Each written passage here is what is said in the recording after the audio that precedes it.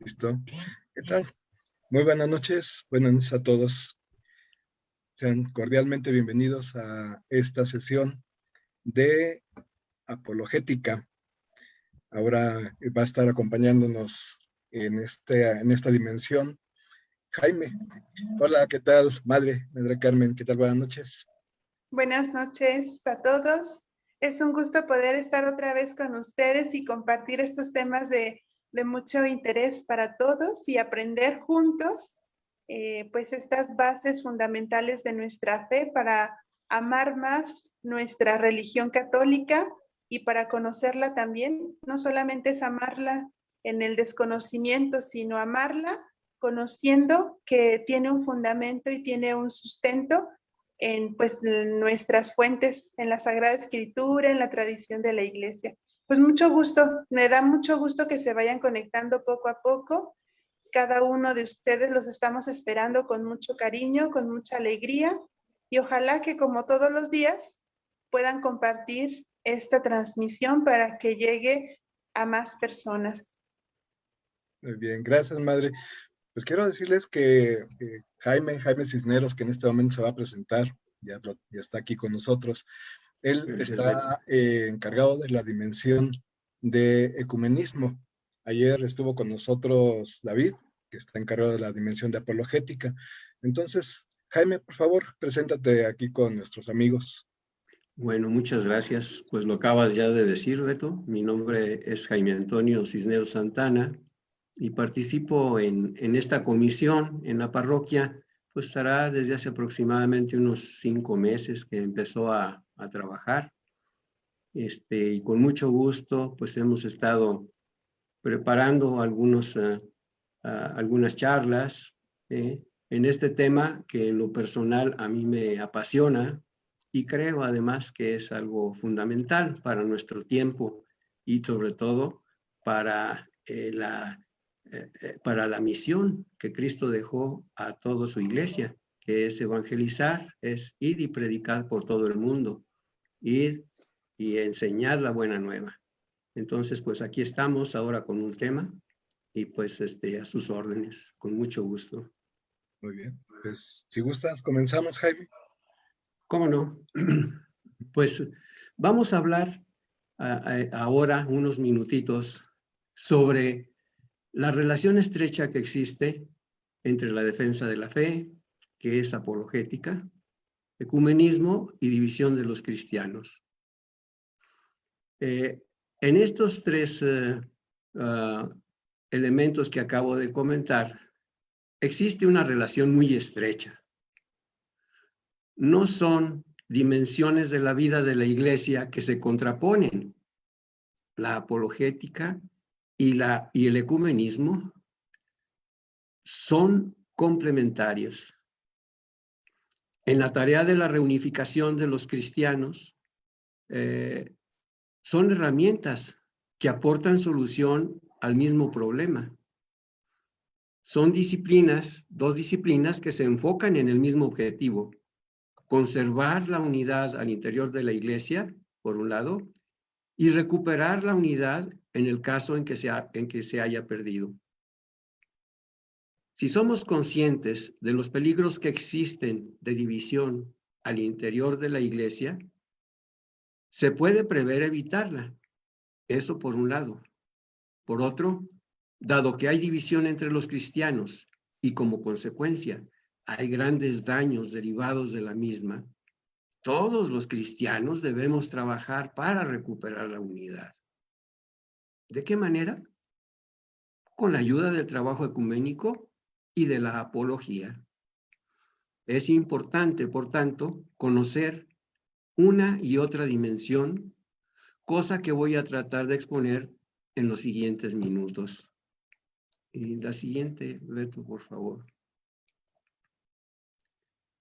Podemos ver que son pues tres los elementos que me propongo examinar. Uno es apología, ecumenismo y división. Veamos el primero. La apología significa defensa.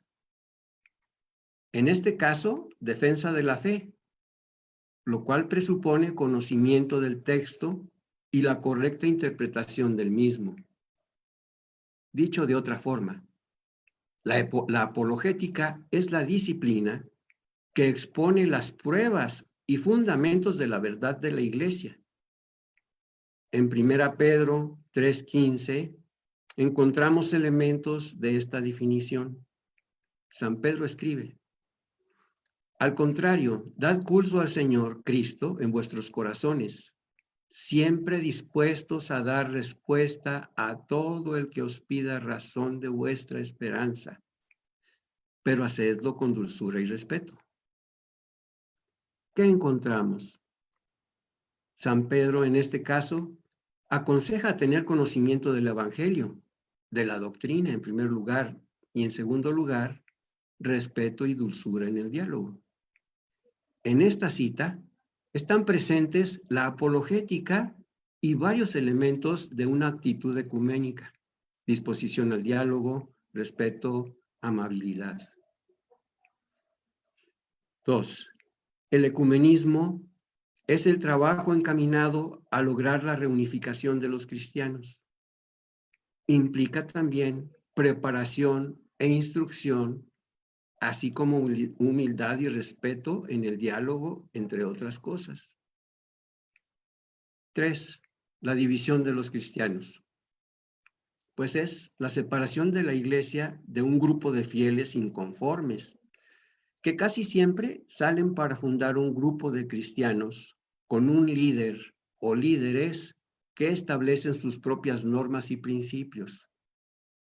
La división se puede dar por diferentes motivos. Veremos más adelante algunas de las circunstancias que condujeron a las divisiones que se han dado entre los cristianos. Adelante, por favor, Beto. En las siguientes 3 diapositivas señalaré brevemente que la Iglesia no ha estado exenta de situaciones divisorias. Más bien, es una constante historia. Se señala cómo desde la misma época de los apóstoles ya había situaciones que requerían corrección. Por ejemplo, en los Gálatas, San Pablo les hace ver cuán fácilmente se apartan de las enseñanzas que él les dio. En Gálatas 1:6 les dice: me sorprende que ustedes abandonen tan pronto al que los llamó por la gracia de Cristo para seguir otro evangelio. En los siglos II y III, además de las persecuciones, las cuales eran el pan de cada día para los primeros cristianos, un peligro más grave fue la aparición de herejías en el seno de la Iglesia. Por ejemplo, el gnosticismo y el montanismo, a los cuales hicieron frente, entre otros, San Ignacio de Antioquía, San Irineo y San Tertuliano. No me voy a detener a explicarlos dado el tiempo del que disponemos. Solamente los menciono para dar cuenta de que la división, como lo dije al principio de esta lámina, desgraciadamente, es un problema al cual la Iglesia siempre ha tenido que afrontar.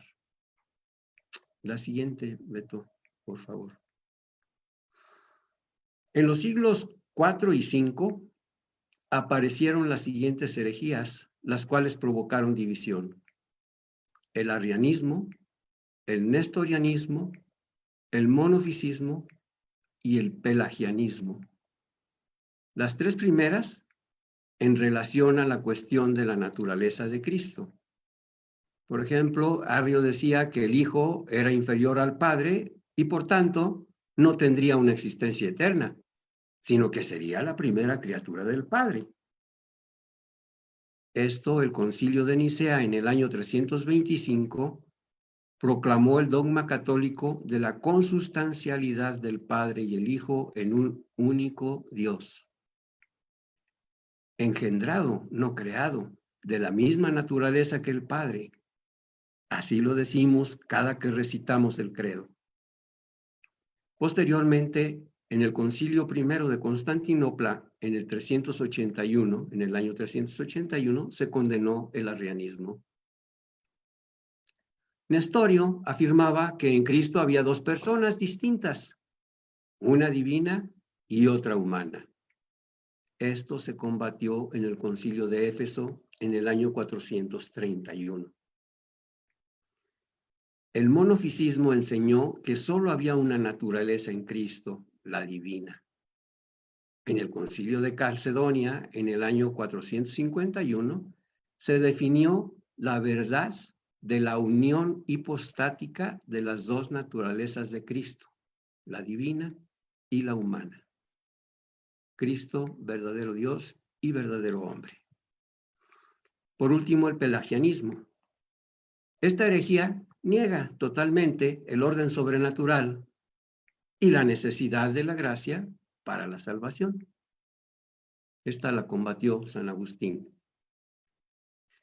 La siguiente, por favor. A continuación, omito referirme a los siglos VI al X para situarnos directamente a mediados del siglo XI, en el cual acontece la lamentable separación de la Iglesia de Oriente. En el año 1054 se excomulgan mutuamente la Iglesia Católica de Occidente y la Iglesia Católica del Oriente. Los protagonistas son, por la parte oriental, el patriarca de Constantinopla, Miguel Cerulario, y por la parte de Occidente, 3 enviados del Papa León IX, Humberto da Silva Cándida, Federico de Lorena y Pedro de Amalfi, los cuales fueron a negociar con el patriarca acerca de algunos problemas que ya existían entre las dos comunidades, pero no fueron recibidos por el patriarca, razón por la cual el 16 de julio del año 1054, en una celebración de la Divina Liturgia Ortodoxa, dejaron sobre el altar una bula de excomunión. El 24 de julio, el patriarca contestó con otra bula de excomunión en contra de los enviados del Papa y en contra del Papa. Un hecho curioso es que para esa fecha no había sido sustituido León IX, quien falleció el 19 de abril del mismo año.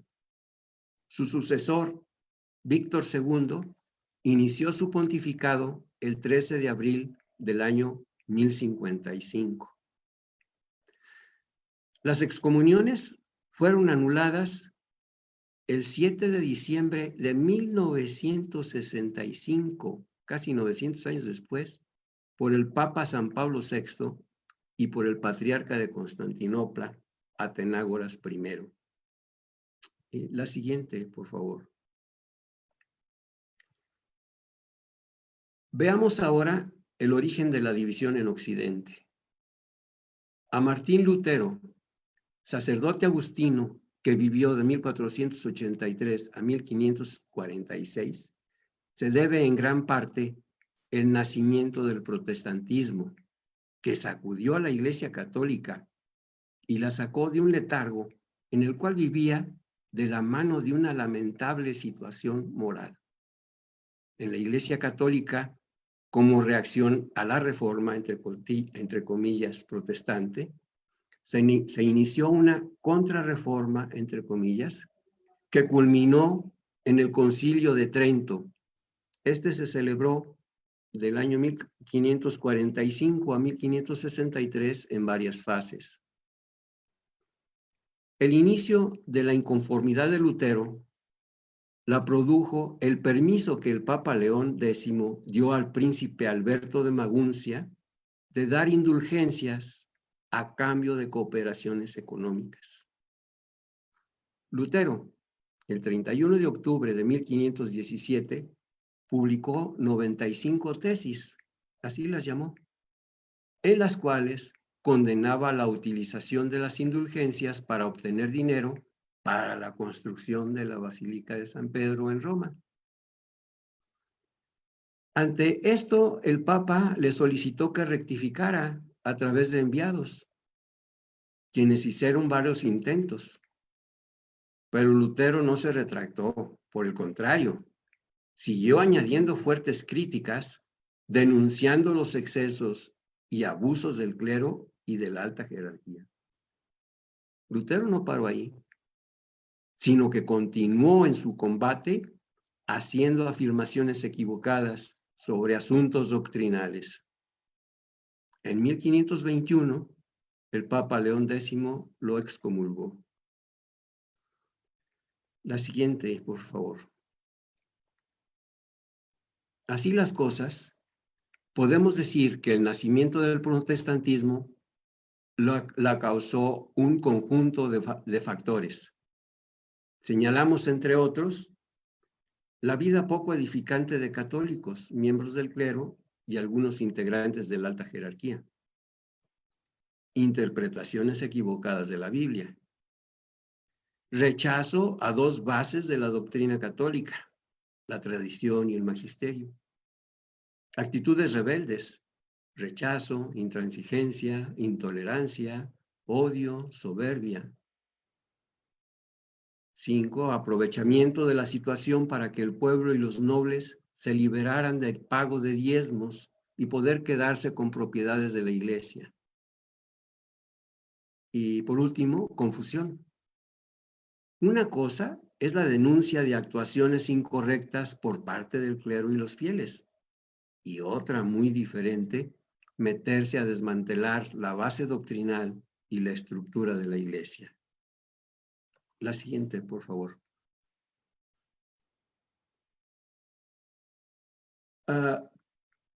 Hay 5 principios básicos en la doctrina de Lutero.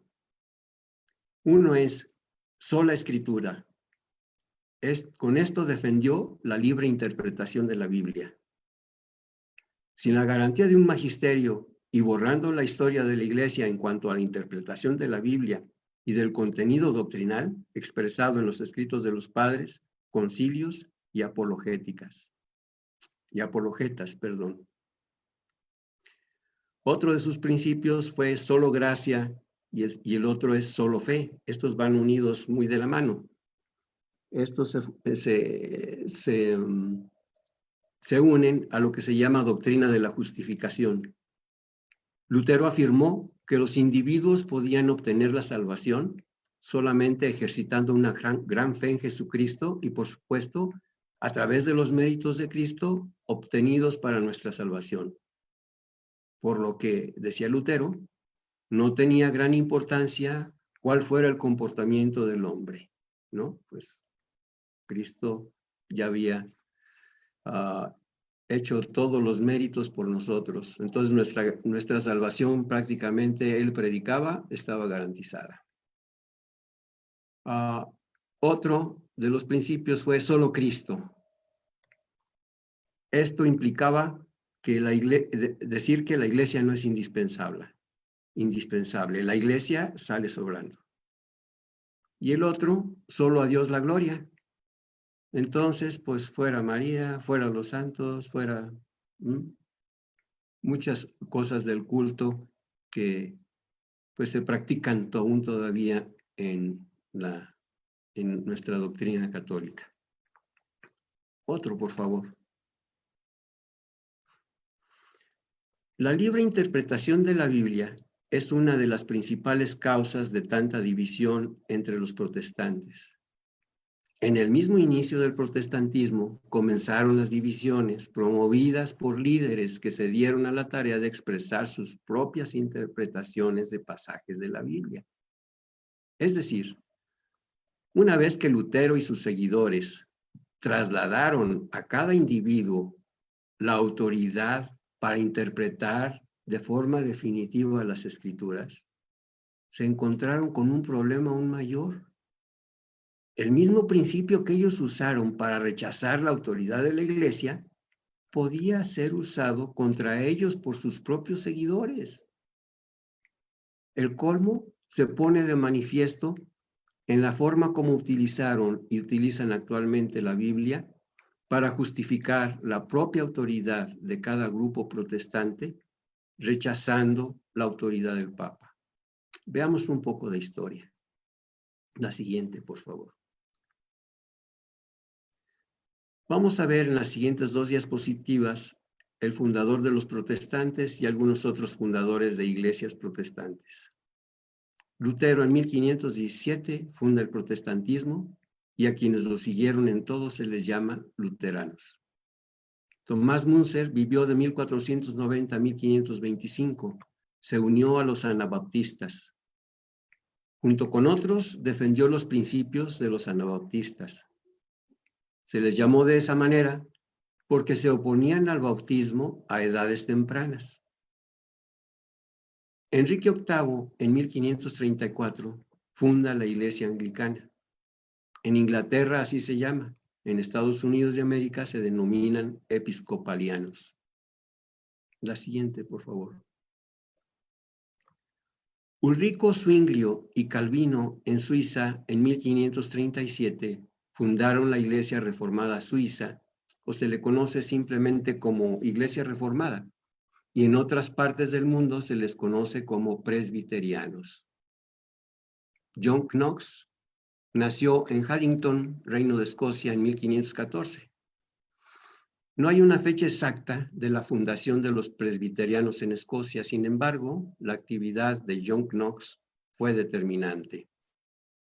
Entre paréntesis, es oportuno comentar que actualmente el Consejo Mundial de Iglesias reúne alrededor de 350 iglesias, entre las cuales se encuentran algunos patriarcados ortodoxos. Eso da una idea de la gran división al interior del protestantismo y entre los cristianos. La siguiente, por favor. Veamos algunos otros datos sobre estos fundadores protestantes. Martín Lutero, que vivió de 1483 a 1546, como ya dije, en 1517 publicó sus 95 tesis sobre las indulgencias e inició sus denuncias en contra de las autoridades eclesiásticas. Funda la Iglesia Luterana. Condenó enérgicamente las revoluciones campesinas. Ulrico Zwinglio, que vivió de 1484 a 1531, en 1518 inicia sus prédicas contra las indulgencias. En 1520 recibe el apoyo del gobierno de Zúrich, Suiza, y funda la Iglesia Reformada Suiza. La Biblia es el punto de apoyo y de partida de su teología, dejando en un segundo término, al igual que Lutero, otras fuentes como los concilios ecuménicos o los padres de la Iglesia. Aun cuando coincidía en mucho su teología con la de Lutero, en cosas esenciales no estaba de acuerdo, por ejemplo, en la transubstanciación en la Eucaristía, o sea, la presencia real de Cristo, su cuerpo, sangre, alma y divinidad. Lutero la afirmaba, Zwinglio la negaba. Juan Calvino, que vivió de 1509 a 1564, en 1533 abandonó el catolicismo y en 1536 publicó su obra más importante, que se llama Institución Cristiana. John Knox, que vivió de 1514 a 1572, funda la Iglesia Presbiteriana. Fue un sacerdote católico. Knox no registró cuándo ni cómo pasó a las filas protestantes. Al parecer, el año de 1547 fue determinante para empujar su trayectoria como protestante destacado. Ese año tuvo la oportunidad de darse a conocer por sus dotes de predicador. Enrique VIII, rey de Inglaterra, que vivió de 1491 a 1547, se separó de la Iglesia Católica en 1537 debido a que el Papa Clemente VII no le autorizó divorciarse de Catalina de Aragón. Él funda la Iglesia Anglicana. Es necesario mencionar que al igual que en otras partes de Europa, en Inglaterra se derrama la sangre de católicos y protestantes en una lucha religiosa que ahondó aún más los propios modos de pensar y actuar. Una víctima de esas luchas en Inglaterra, por ejemplo, fue Santo Tomás Moro. La siguiente, por favor.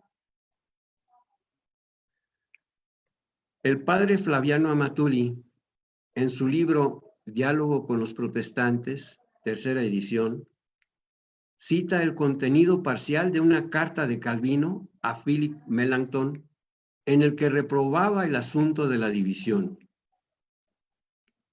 Es de gran importancia, decía él, que las divisiones que subsisten entre nosotros no sean conocidas en los futuros tiempos.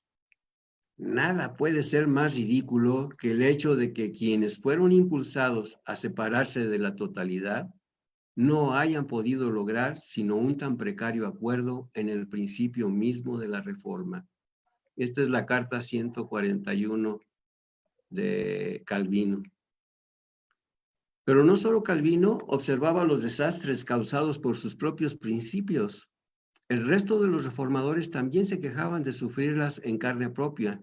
Por ejemplo, Lutero escribe a Zwinglio: si dura mucho el mundo, será de nuevo necesario, a causa de las varias interpretaciones de la Escritura que aún circulan, para conservar la unidad de la fe, recibir los decretos de los concilios y refugiarnos en ellos.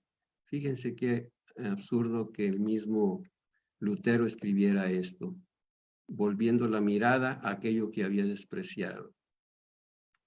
La siguiente, por favor.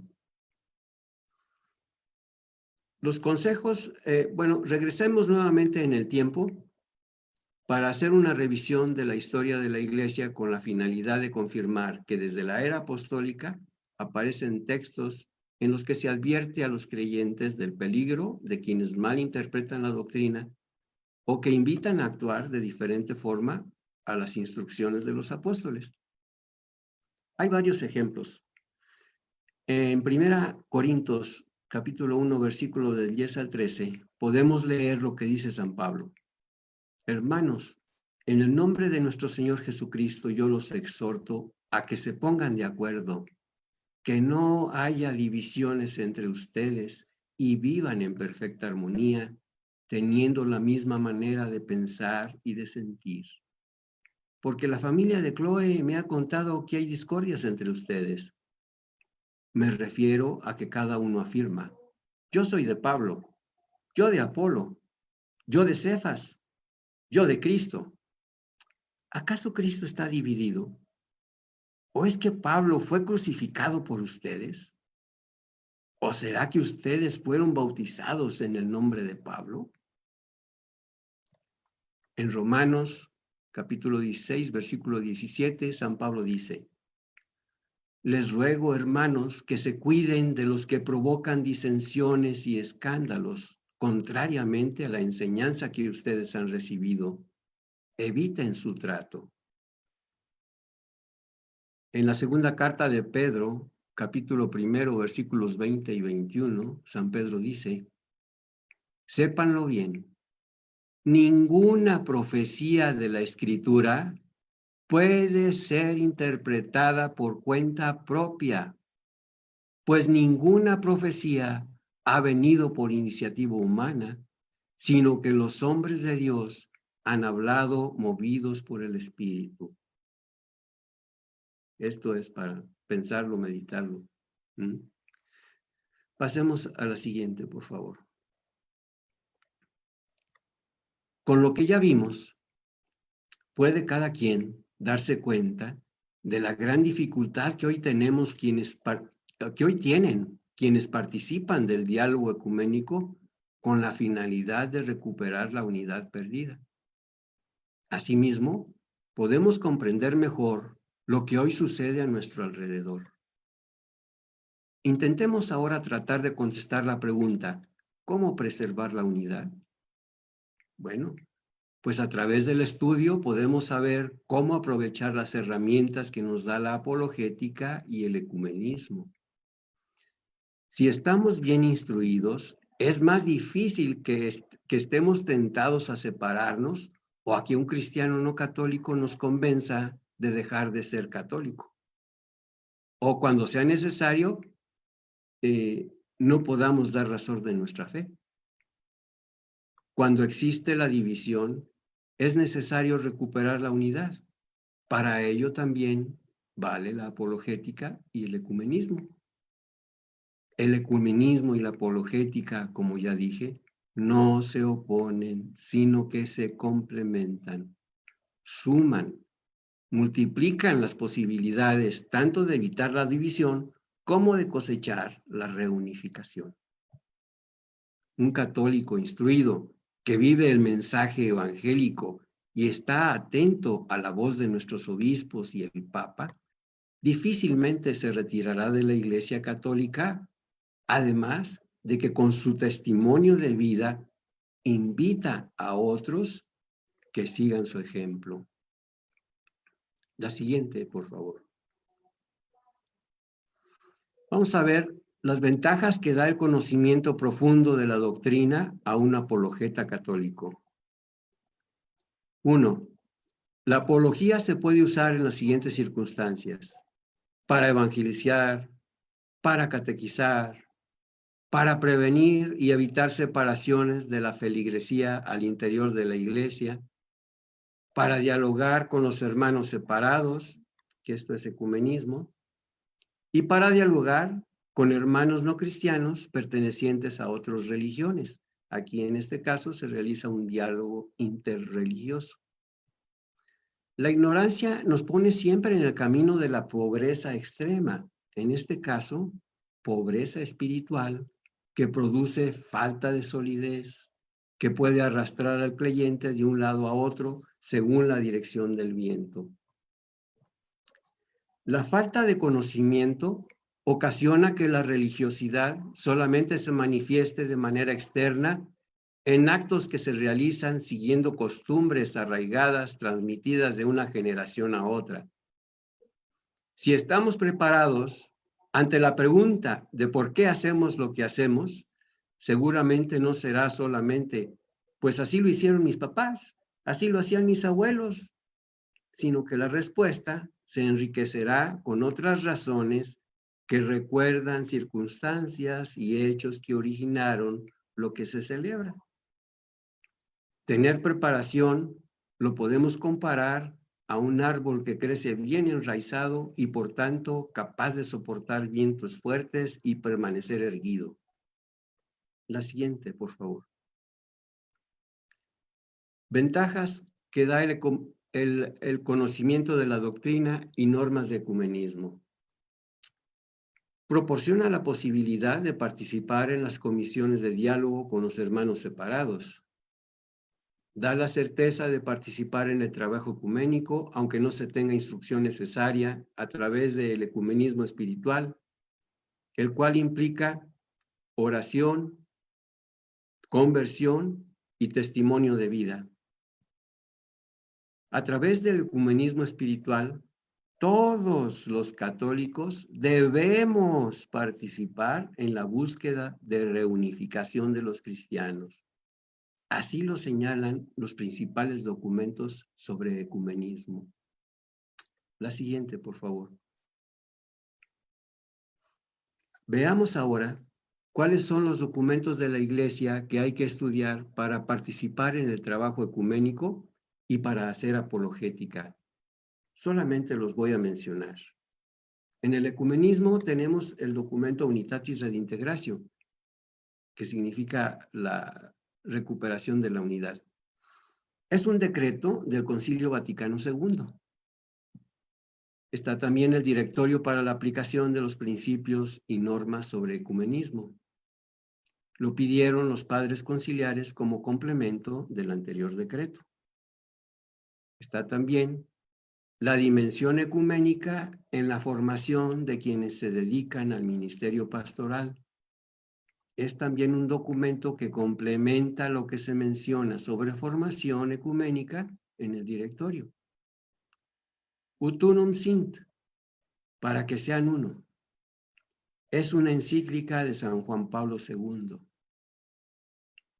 Y otro documento muy reciente que se llama El Obispo y la Unidad de los Cristianos, Vademecum Ecumenico.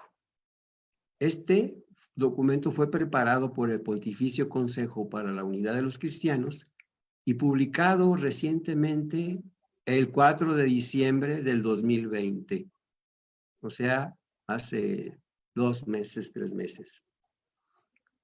Hay también otros textos que se pueden consultar en el portal de internet del Pontificio Consejo para la Unidad de los Cristianos.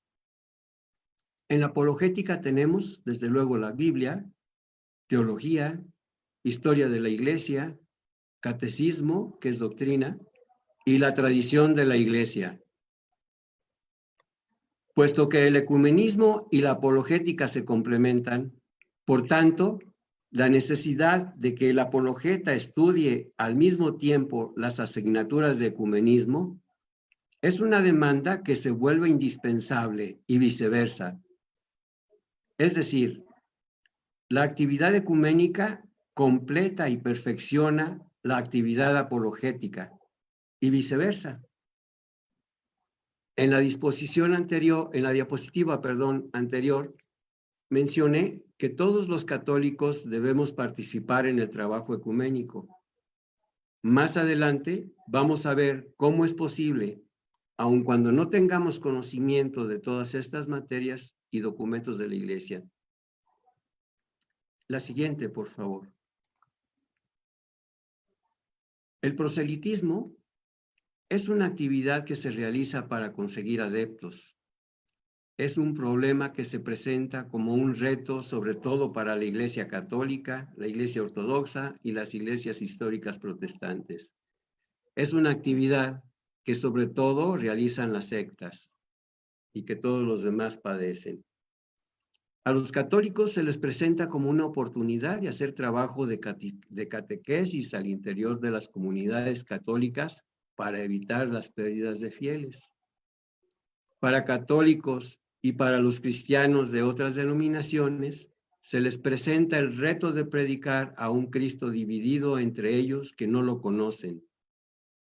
Se llega a un punto en el cual no hay avance sino retroceso. El mensaje de Cristo se presenta despedazado y es contradictorio a quienes lo escuchan.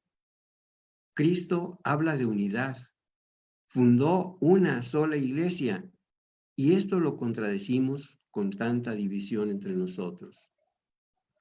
La siguiente, por favor.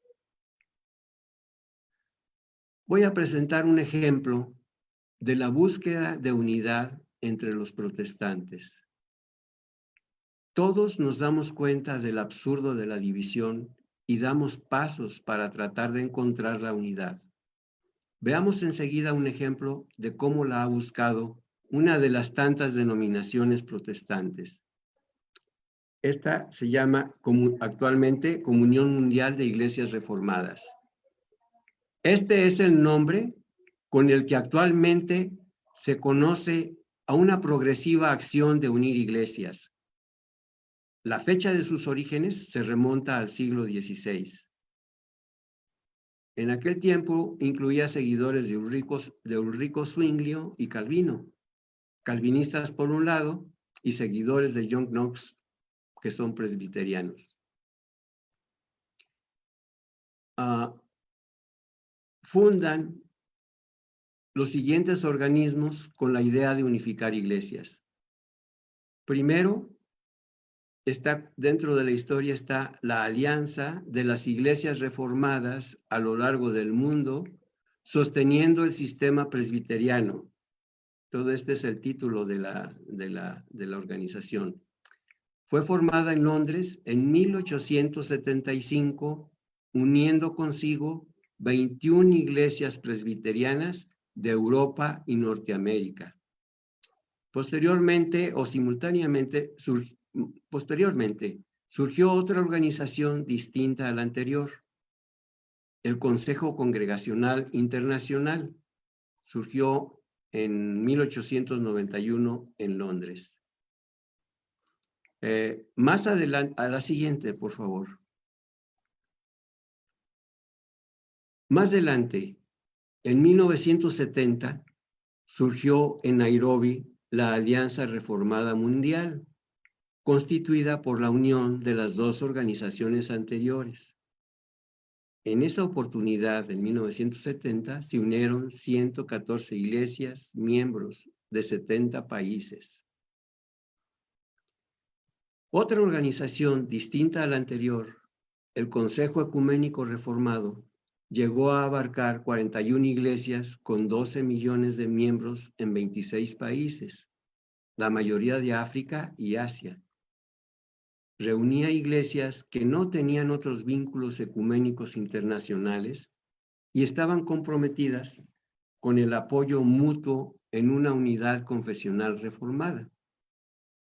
Las dos anteriores, la Alianza Reformada Mundial y el Consejo Ecuménico Reformado, se unieron y originaron el organismo que en la actualidad se llama Comunión Mundial de Iglesias Reformadas. Esta unión se realizó en el 2010 en Grand Rapids, Michigan, Estados Unidos. La forman 229 denominaciones provenientes de 108 países, reuniendo 80 millones de personas. Como ven, el esfuerzo que hacen para conseguir la reunificación a través de unir grupos afines, pues es algo que está dentro también de del interés de los protestantes. Lo que vimos en esta rama del protestantismo se observa también en otros grupos. La siguiente, por favor. La dinámica de división parece imparable. Las fragmentaciones continúan y parece que no tienen fin. ¿Qué se ha hecho? ¿Qué se está haciendo? ¿A quién culpar? A continuación, vamos a tratar de responder cada pregunta. ¿Qué se ha hecho? Ya vimos cómo desde el inicio de la Iglesia, desde la época apostólica, había que estar vigilando la actuación de los cristianos. San Pedro, San Juan, San Pablo exhortan y corrigen. Esto mismo siguieron haciendo los padres de la Iglesia en los siglos posteriores. Y la custodia de la verdad revelada por Cristo continuó, y para eso se organizaron también concilios, de los cuales brotaron disposiciones que tenían como finalidad preservar la doctrina y evitar las divisiones. B. Cuando no se pudo evitar la división, se actuó de inmediato para resolver las diferencias, algunas veces con éxito, otras veces no se logró evitar. C. Cuando no se pudo evitar, como en el caso de la ruptura de Lutero, las divisiones, como lo hemos visto, fueron pan de cada día. Sin embargo, pronto se dieron cuenta y comenzaron a organizar instituciones a través de las cuales se propicia un diálogo constructivo, como lo acabamos de ver en el ejemplo de la Comunión Mundial de Iglesias Reformadas. La siguiente, por favor. ¿Qué se está haciendo? A. La promoción y celebración anual de la Semana de Oración por la Unidad de los Cristianos. B. Establecimiento de eventos con la finalidad de establecer acciones conjuntas. C. Se nombran comisiones para entablar diálogos sobre diferentes temas doctrinales para encontrar puntos de encuentro. Por ejemplo, el Pontificio Consejo para la Unidad de los Cristianos mantiene diálogos bilaterales con casi todos los patriarcados ortodoxos y con algunas iglesias históricas protestantes. D. Visitas recíprocas entre las autoridades de diferentes denominaciones. Y E. Encuentros de oración. La siguiente, por favor. Retos que plantea la dinámica en la división, en eso estamos. La pregunta es, ¿a quién culpar? Igual que sucede en una familia cuando hay desencuentros, de igual manera sucede en la iglesia. Una vez que el daño está hecho, es difícil la reconciliación. El momento del perdón puede tardar en llegar. Mientras no se abandone la búsqueda de culpables, es difícil establecer un diálogo prudente y tranquilo. visto de manera imparcial, muchas veces existe culpabilidad en ambas partes. La siguiente, por favor. ¿Qué hacer? 1. Tener disposición al diálogo. Esto significa abandono de actitudes agresivas, rechazo, prepotencia, etc. 2. Tener disposición a la escucha mutua. Practicar el tú hablas, yo escucho, complementado por el yo hablo, tú escuchas. O sea, una acción recíproca de escucha. 3. Tener disposición a la oración. 4. Tener disposición a la búsqueda de la verdad. 5. Tener disposición a aceptar y respetar las posiciones de cada parte. Esto implica humildad, prudencia. Y 6. Tener rectitud de intención. La siguiente, por favor. Ahora veamos un poco sobre el ecumenismo espiritual, el cual es un elemento del ecumenismo muy importante y al cual varios de los documentos mencionados más arriba se refieren a él como el alma del ecumenismo. Veamos cuáles son sus elementos: la oración, la conversión y el testimonio de vida. La oración, todo el mundo la hace, y en el caso de la búsqueda de la unidad de los cristianos, es fundamental suplicarla. La unidad no podrá darse sin la intervención del Espíritu Santo. La conversión es la disposición a hacer un alto en el camino para revisar nuestra forma de vida, para luego tomar el rumbo y buscarle. Y el testimonio de vida es vivir congruentemente de acuerdo a lo que Dios nos manda. La siguiente, por favor. Hablando de oración en relación con el tema que nos ocupa, me viene a la mente este pasaje de Éxodo 17, versículos 8-13, el cual narra la ocasión cuando Moisés ordenó a Josué preparar un ejército e ir en contra de los amalecitas. El hagiógrafo nos cuenta que mientras el ejército peleaba, Moisés subió a una colina desde la cual se podía ver el desarrollo de la batalla. Comenta que cuando Moisés levantaba el bastón de Dios, se imponía Israel, y cuando cansado lo bajaba, se imponían los amalecitas. Aarón y Hur, que habían subido con Moisés, se dieron cuenta de lo que pasaba, y entonces lo sentaron en una piedra y le ayudaron a mantener sus brazos en alto, de tal manera que al final del día el pueblo de Israel se alzó con la victoria. El diálogo con cristianos de otras denominaciones no se puede comparar a un campo de batalla en el que pelean todos contra todos. Sin embargo, es necesario entender que el enemigo no somos los cristianos mismos. Hay un elemento central al que hay que vencer, y este es la división. El enemigo es la división.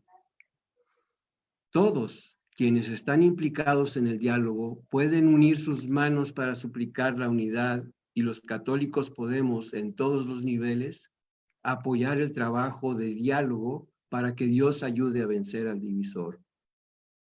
Esto quiere decir que, aunque no todos participemos en el diálogo, todos tenemos la obligación de suplicar a Dios la unidad. Tal vez esta intención no está entre las que comúnmente tenemos presentes en nuestras súplicas, pero es necesario darnos cuenta del trabajo arduo que la Iglesia realiza. Nuestra oración debe ser sin cansancio, debe ser una oración incesante porque la tarea no es fácil.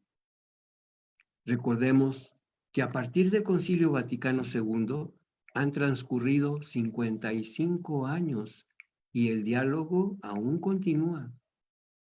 Recordemos que con la Iglesia Ortodoxa llevamos casi 1000 años alejados unos de otros. Recordemos que a partir de 1517 con Lutero se ha dado una división aún más grave. Son tristes las palabras que leí en los escritos La verdadera vida en Dios. Dice ahí, primero rompimos la cruz de Cristo en dos y luego la hicimos astillas, haciendo referencia obvia a estos dos acontecimientos. Con nuestros hermanos protestantes, nuestros hermanos esperados, llevamos 500 años de distanciamiento esperando que regresen a casa. La siguiente, por favor. La conversión. Solamente voy a mencionar algunos elementos de este importantísimo acto de revisión de vida. La conversión nos conduce al arrepentimiento y nos conduce a una metanoia, es decir, una transformación de nuestra persona. De un ambiente de pecado nos lleva a un ambiente de gracia. La conversión es reconocerse humildemente pecador ante los ojos del Señor. Recordemos el ejemplo que Jesús ponía de aquel que oraba en la parte de atrás del templo y rogaba, Señor, ten misericordia de mí, porque soy pecador.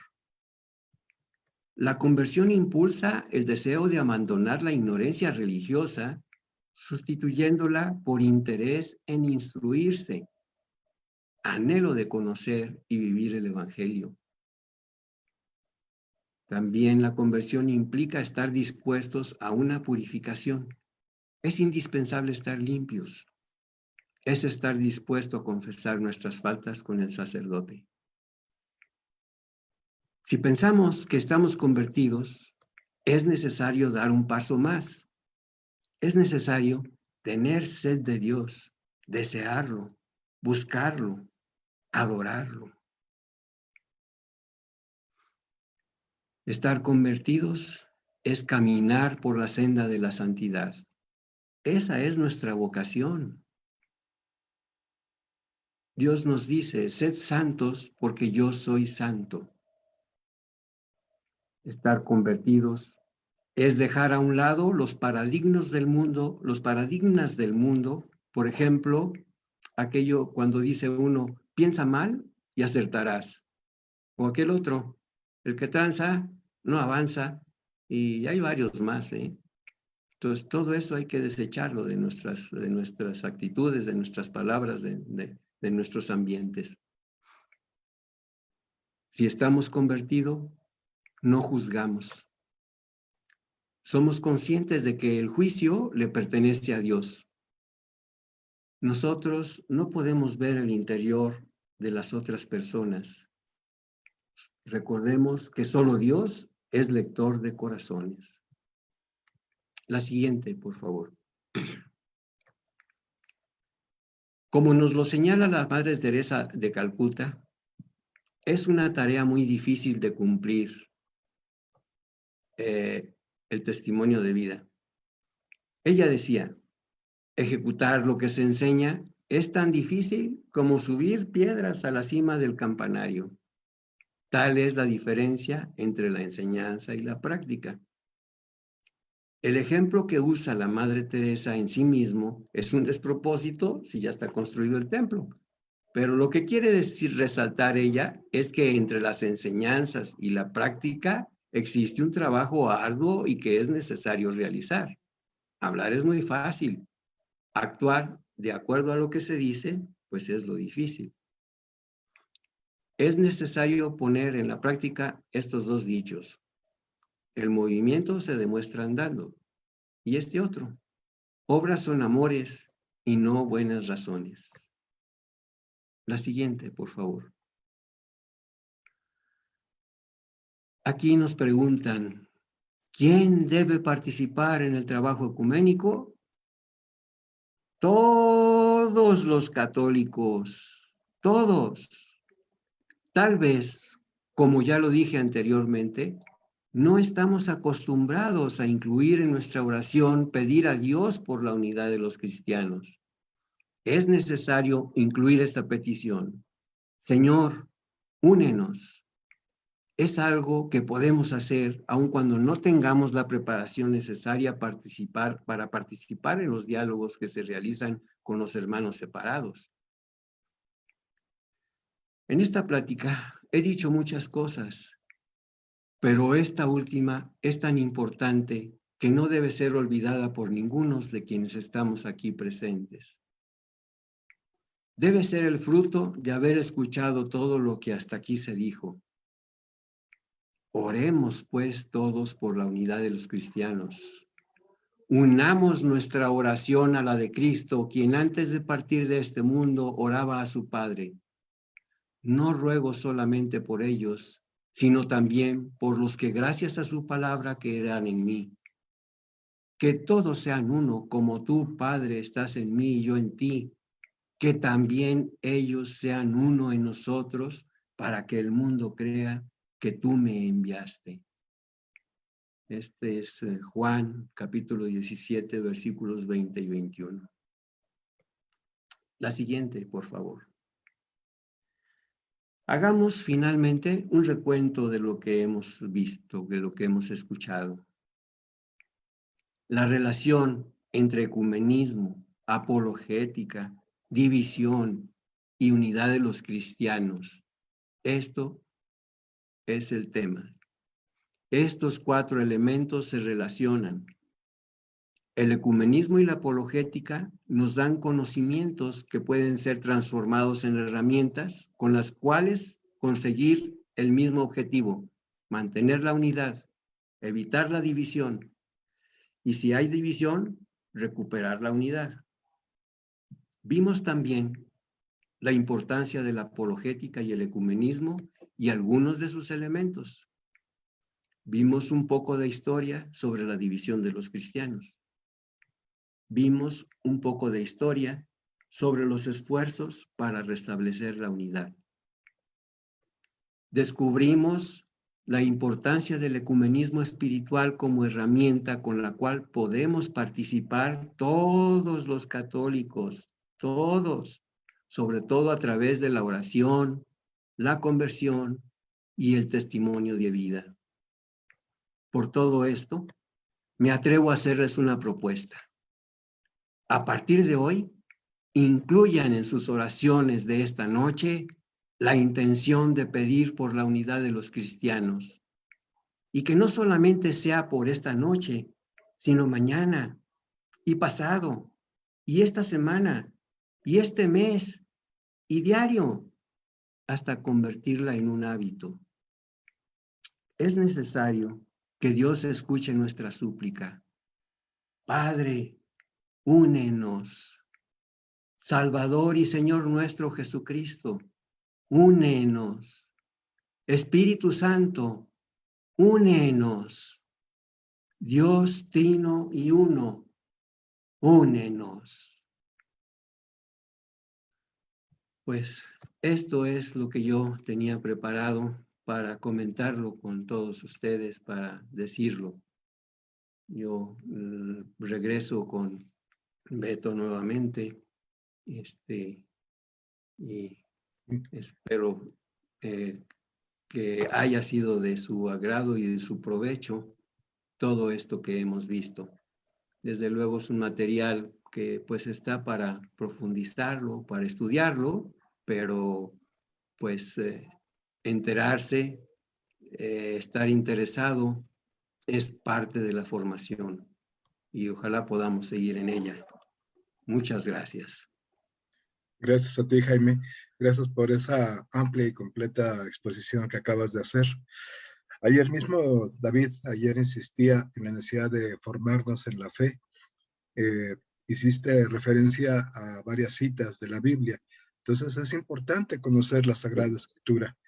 Y si queremos hacer apologética, si queremos llevar a cabo el ecumenismo, tenemos que conocer la Sagrada Escritura para defender la fe y también para que no nos muevan en un momento dado por lo mismo, el mismo desconocimiento, a dudar acerca de dónde está la iglesia única.